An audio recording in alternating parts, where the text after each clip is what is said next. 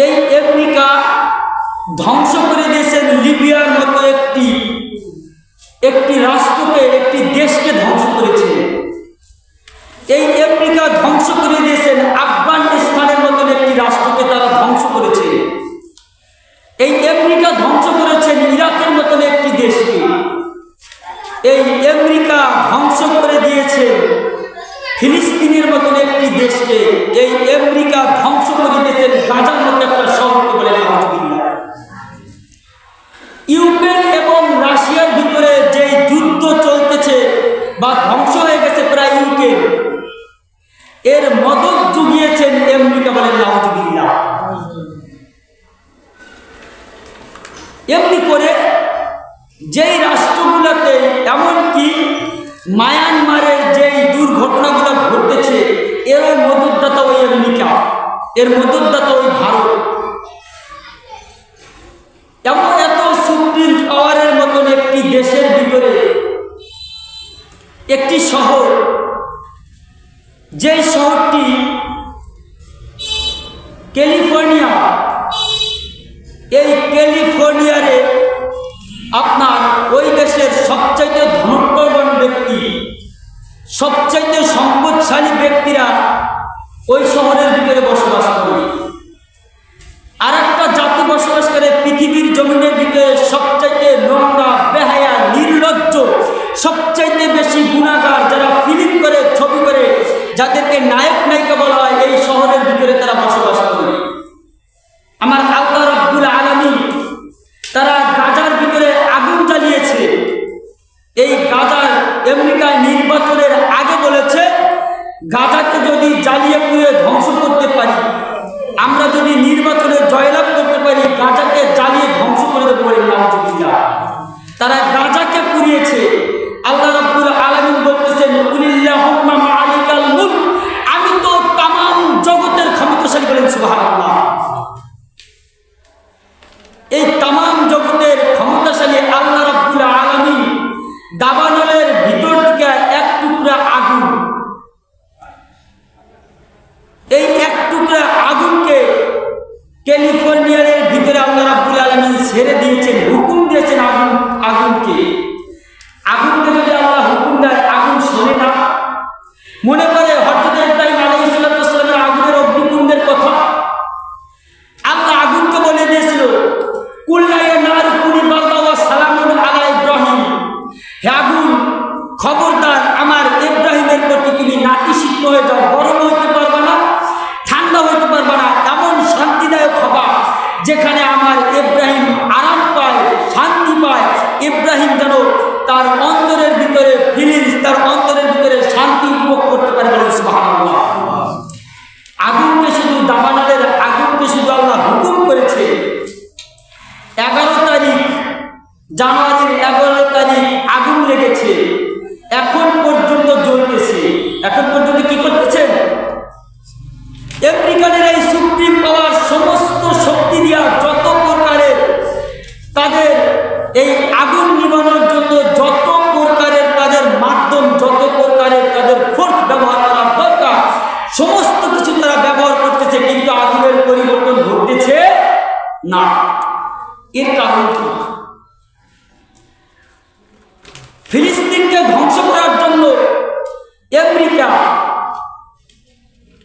আপনার আমেরিকা যেই মদত দিয়েছে গাজাকে ধ্বংস করার জন্য ইসরায়েলদেরকে, তিনি 1 বছরে 2200 মার্কিন ডলার তারা সাহায্য করেছে, বলে কত শত? 2200 মার্কিন ডলার এই গাজাকে, ফিলিস্তিনকে ধ্বংস করার জন্য তারা কি দিয়েছেন? সাহায্য করেছে। 11 তারিখে যে আগুন লেগে যে ক্ষতি হয়েছে একদিনে, তাতে তাদের ক্ষতি হয়েছে আপনার 5000 মার্কিন ডলার, বলেন সুবহানাল্লাহ। কত? এখানে 2200 মার্কিন ডলার দিয়েছে মাত্র 1 বছরে, আর একদিনে তাদের যেই পরিমাণের ক্ষতি হয়েছে 5000 মার্কিন ডলার। সম্মানিত উপস্থিতি, আমার বলার উদ্দেশ্য হচ্ছে, আমার আলোচনাটা হচ্ছে বাইতুল মুকাদ্দাস নিয়ে। কি নিয়ে?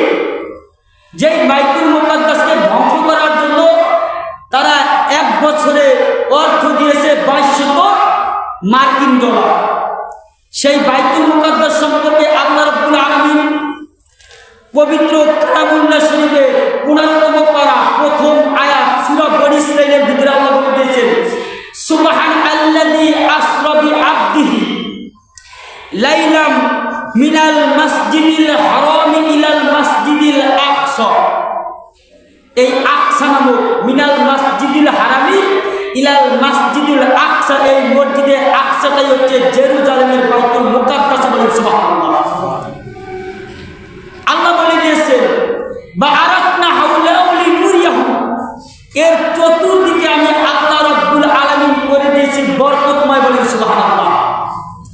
সম্মানিত উপস্থিতি, হযরত আবু যর গিফারী রাদিয়াল্লাহু তাআলা আনহু হুজুর আকরাম সাল্লাল্লাহু আলাইহি ওয়াসাল্লামকে প্রশ্ন করেছেন, ইয়া রাসূলুল্লাহ, ইয়া হাবিবাল্লাহ, এই পৃথিবীর জমিনের ভিতরে আপনি সর্বপ্রথম কোন মসজিদখানাকে নির্মাণ করেছেন? আল্লাহ রাব্বুল আলামিন বলে দিয়েছেন, আমি আল্লাহ রাব্বুল আলামিন সর্বপ্রথম পৃথিবীর জমিনের ভিতরে যেই মসজিদখানা নির্মাণ করেছি, এই মসজিদের নাম হচ্ছে বাইতুল্লাহ। এটার নাম কি? বাইতুল্লাহ। এই মসজিদখানাকে আমি আল্লাহ নির্মাণ করেছি ফেরেশতার মাধ্যমে। সুবহানাল্লাহ। অনেকে আমরা ইতিহাস জানি না, অনেক কথা আছে, আমি একদিন বলবো এর সম্পর্কে। এরপরে আবু যর গিফারী রাদিয়াল্লাহু তাআলা আনহু জিজ্ঞেস করলেন, ইয়া রাসূলুল্লাহ, ইয়া হাবিবাল্লাহ, এরপরে আপনি কোন মসজিদ নির্মাণ করেছেন? তিনি বলেছেন, আমি এরপরে যে মসজিদখানা নির্মাণ করছি এটা হচ্ছে ইলা মাসজিদুল আকসা, বাইতুল মুকাদ্দাসের জেরুজালেমের সেই আকসা নামক মসজিদ। বলেন সুবহানাল্লাহ। যেই আকসাকে ধ্বংস করার জন্য 2200 মার্কিন ডলার তারা দিয়েছিল, যেখানে আল্লাহ রাব্বুল আলামিন পৃথিবীর জমিনের সমস্ত মুসলমানদের আম্বিয়া কেরামের কিবলা ছিল বাইতুল মুকাদ্দাস। যেই মসজিদের দিকে চোখ দিয়েছে আমেরিকা, কে দিয়েছে? কথা বলেন না কেন? কারা দিয়েছে? আমেরিকা। ওই মসজিদের দিকে, আল্লাহর ঘরের দিকে যদি তুমি বাঁকা চোখ করো, তোমাদের উপরে অবশ্যই আল্লাহর গজব নির্ধারিত, আল্লাহ অবশ্যই গজব নাযিল করবেই। বলুন সুবহানাল্লাহ। আমরা ইতিহাস খুঁজি না কোন জায়গা থেকে গজবটা চলে আসলো, এর অনেকগুলো হাদিসও আছে, এদিকে যাওয়া যাবে না। যে বাইতুল মুকাদ্দাস সম্পর্কে এরপরে বলা হয়েছে বাইতুল মুকাদ্দাস মানে মসজিদুল আকসাকে আমি আল্লাহ নির্মাণ করেছি। এই দুই মসজিদের ভিতরে কত বছরের ব্যবধান? হুজুর আকরাম সাল্লাল্লাহু আলাইহি ওয়াসাল্লাম বলেছেন, এই দুই মসজিদের ভিতরে ব্যবধান হচ্ছে বাইতুল্লাহ শরীফের 40 বছর পরে নির্মাণ করেছেন মসজিদুল আকসা। বলেন সুবহানাল্লাহ। এই মসজিদুল আকসা সম্পর্কে বলা হয়েছে, আল্লাহ রাব্বুল আলামিন বলে দিয়েছেন, ইলা মসজিদুল আকসা আল্লাযী বারাকনা হাওলাহু লিনুরিয়াহু। এই মসজিদের চতুর্দিকে রয়েছে বরকতসমূহ। কি রয়েছে? বরকতসমূহ। হুজুর আকরাম সাল্লাল্লাহু আলাইহি ওয়াসাল্লাম বলেছেন, কোন ব্যক্তি যদি বাইতুল্লাহ শরীফকে জিয়ারত করে, কাবা ঘরে 1 রাকাত নামাজ আদায় করে, পৃথিবীর অন্য মসজিদে অন্য জায়গায় 1 লক্ষ রাকাত নামাজ আদায় করলে যেই সওয়াব, বাইতুল্লাহ নামাজ পড়লে সমপরিমাণের সওয়াব। বলেন সুবহানাল্লাহ। হুজুর আকরাম সাল্লাল্লাহু আলাইহি ওয়াসাল্লাম তিনি বলেছেন যে মসজিদুল আকসা এমন একটা মসজিদ, পৃথিবীর জমিনের অন্য মসজিদে 50,000 রাকাত নামাজ আদায় করলে যেই পরিমাণের সওয়াব হবে, বাইতুল আকসার ভিতরে যদি 1 রাকাত নামাজ পড়ে আল্লাহ তার সমপরিমাণের সওয়াব দিবেন। বলেন সুবহানাল্লাহ। যদি কোন ব্যক্তি মদিনায় মানোয়ারা মসজিদে নববীর ভিতরে 1 রাকাত নামাজ পড়ে, পৃথিবীর জমিনের অন্য মসজিদে যদি, অন্য স্থানে যদি 25,000 রাকাত নামাজ আদায় করে, এই 25,000 রাকাত নামাজ আদায় করলে যেই সওয়াব, এই সওয়াব আল্লাহ রাব্বুল আলামিন দান করবে মসজিদে মানোয়ারা নববী, মসজিদে নববীর ভিতরে নামাজ আদায় করলে। বলেন সুবহানাল্লাহ। এই পৃথিবীর জমিনের ভিতরে দ্বিতীয়তম মসজিদ ফজিলতের দিক থেকে দ্বিতীয় নাম্বার হচ্ছে মসজিদুল আকসা। মসজিদের নাম কি? মসজিদুল আকসা। সম্মানিত উপস্থিতি, এই মসজিদে আকসা সম্পর্কে হযরত মাকলুহুল রহমাতুল্লাহ আলাইহি হতে বর্ণিত, তিনি বলেছেন যে নামাজের উদ্দেশ্যে বাইতুল মুকাদ্দাসে প্রবেশ করবে এবং তথায় 5 ওয়াক্ত ফরজ নামাজ আদায় করবে, সে তার মায়ের উদর হতে একজন শিশু বাচ্চা যেমনিভাবে একদম বেগুনাহ মাসুম নিষ্পাপ হয়ে পৃথিবীর জমিনে আগমন করে, বাইতুল মুকাদ্দাস কোনো ব্যক্তি যদি 5 ওয়াক্ত ফরজ নামাজ আদায় করে, আল্লাহ রাব্বুল আলামিন তাকে বেগুনাহ মাসুম হিসেবে কবুল করবে বলে সুবহানাল্লাহ। আমি বলতে চাই বাইতুল মুকাদ্দাসের যে ফজিলত, তাহলে আল্লাহ কি করবেন? বেগুনাহ মাসুম করে আল্লাহ রাব্বুল আলামিন ওই ব্যক্তিকে প্রেরণ করবে, ওই ব্যক্তিকে বেগুনাহ মাসুম করে দিতে বলে সুবহানাল্লাহ। আর যেই ব্যক্তি মোহাব্বতের সাথে বাইতুল মুকাদ্দাস জিয়ারত করলো, জান্নাতে সকল নবী আলাইহিস সালামের সাথে ওই ব্যক্তির সাথে সাক্ষাৎ হয়ে যাবে বলে সুবহানাল্লাহ। তাহলে এর ব্যাখ্যায় আমরা কি বুঝি? যেই ব্যক্তি এই বাইতুল মুকাদ্দাসকে জিয়ারত করার নিয়ত করবে, ওই ব্যক্তি জান্নাতের ভিতরে কোথায়? এর মানে হচ্ছে এই বাইতুল মুকাদ্দাস জিয়ারত করলে আল্লাহ রাব্বুল আলামিন তাকে জান্নাত দান করবে বলে সুবহানাল্লাহ। জান্নাতের ভিতরে সমস্ত পয়গম্বরের সাথে তার সাথে সাক্ষাৎ হবে বলে সুবহানাল্লাহ। এমনকি হযরত কাব আল আহবার রাদিয়াল্লাহু তাআলা আনহু তিনি বলেছেন, যেই ব্যক্তি বাইতুল মুকাদ্দাসে মৃত্যুবরণ করলো, সে কাল কিয়ামতে তেজদীপ্ত বিজলির ন্যায় কলসিরাত পার হয়ে যাবে বলে সুবহানাল্লাহ। কোথায়? বাইতুল মুকাদ্দাসে, মসজিদুল আকসায় জেরুজালেমে। এই বাইতুল মুকাদ্দাসে যেই ব্যক্তি কি করবে? ওই স্থানে মারা যাবে। যেই ব্যক্তি ওই স্থানে মারা যাবে, ওই ব্যক্তি তেজদীপ্ত ভাবে ওই কলসিরাত বিজলির আকারে, যেটা পলকের সাথে সাথেই ঘটে যায়, এই চোখের পলক ফেলতে এবং নিতে যতটুকু সময়, এই সময়ের ভিতরে সে কলসিরাত পার হয়ে জান্নাতে চলে যাবে বলে সুবহানাল্লাহ।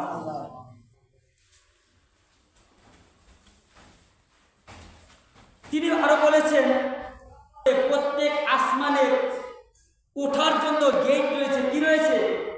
গেট রয়েছে, দরজা রয়েছে।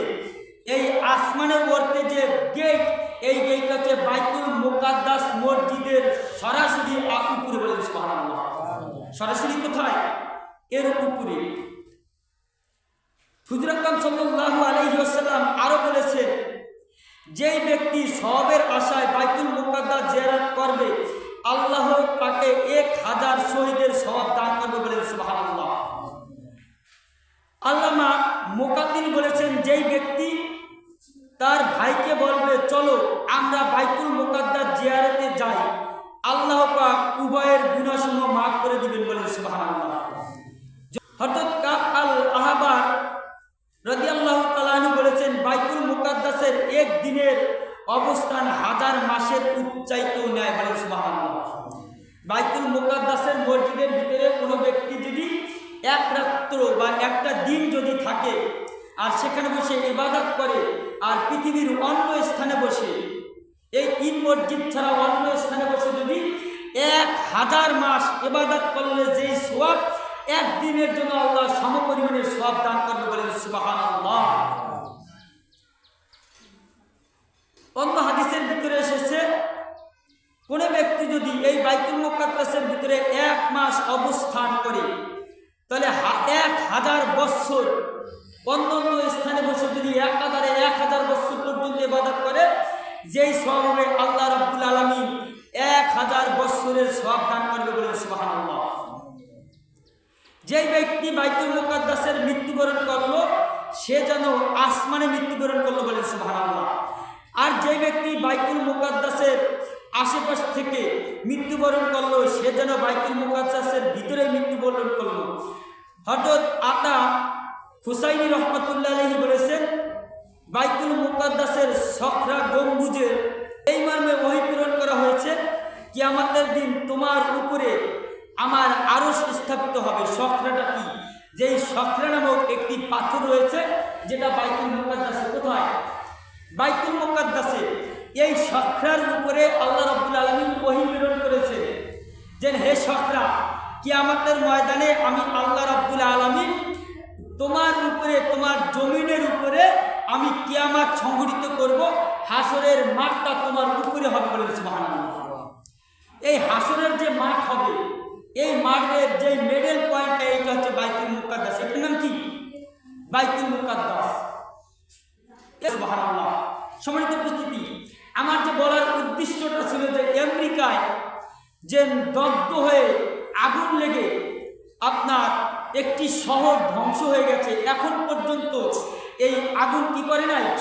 এখন পর্যন্ত আগুন নেবে নাই। বিভিন্ন যানবাহনের মাধ্যমে, হেলিকপ্টার, প্লেনের মাধ্যমে, বিভিন্ন বাহনের মাধ্যমে তারা আগুন নিবানোর জন্য সামগ্রী ব্যবহার করতেছে। এক প্রকারের রং রয়েছে, যেই রং হচ্ছে লাল বর্ণের, হলুদ বর্ণের। এই রংটা যদি যেই স্থানে আগুন লাগে, এই আগুন লাগার স্থানে এই রংটা ব্যবহার করলে সাথে সাথেই আগুন সাথে সাথেই নিভে যায়, পানির মতো হয়ে যায় বলে সুবহানাল্লাহ। এমন জিনিস তারা আবিষ্কার করেছে, প্লেন দিয়া, হেলিকপ্টার দিয়া তারা বিভিন্নভাবে এই মেডিসিনটা তারা ব্যবহার করতেছে, কিন্তু আগুনের কোনো পরিবর্তন ঘটতেছে না। এর কারণ হচ্ছে তারা চোখ দিয়েছে বাইতুল মুকাদ্দাসের দিকে। কোন দিকে? জেরুজালেম, বাইতুল মুকাদ্দাসের দিকে তারা বাঁকা চোখ দিয়েছে। অনেকগুলা রাষ্ট্রকে তারা ধ্বংস করেছে। যদি একটা রাষ্ট্রের সাথে আর একটা রাষ্ট্রের ভুল বোঝাবুঝি হয়, সাথে সাথে আমেরিকা তারা মদদ দিয়ে ওই দুই রাষ্ট্রের ভিতরে যুদ্ধের ব্যবস্থা করে বলে নাউজুবিল্লাহ। ওই স্থানটা হচ্ছে সবচাইতে নিকৃষ্ট স্থান, সবচাইতে পৃথিবীর ভিতরে বেশি গুনাহ যেই স্থানে হয়, এটা হচ্ছে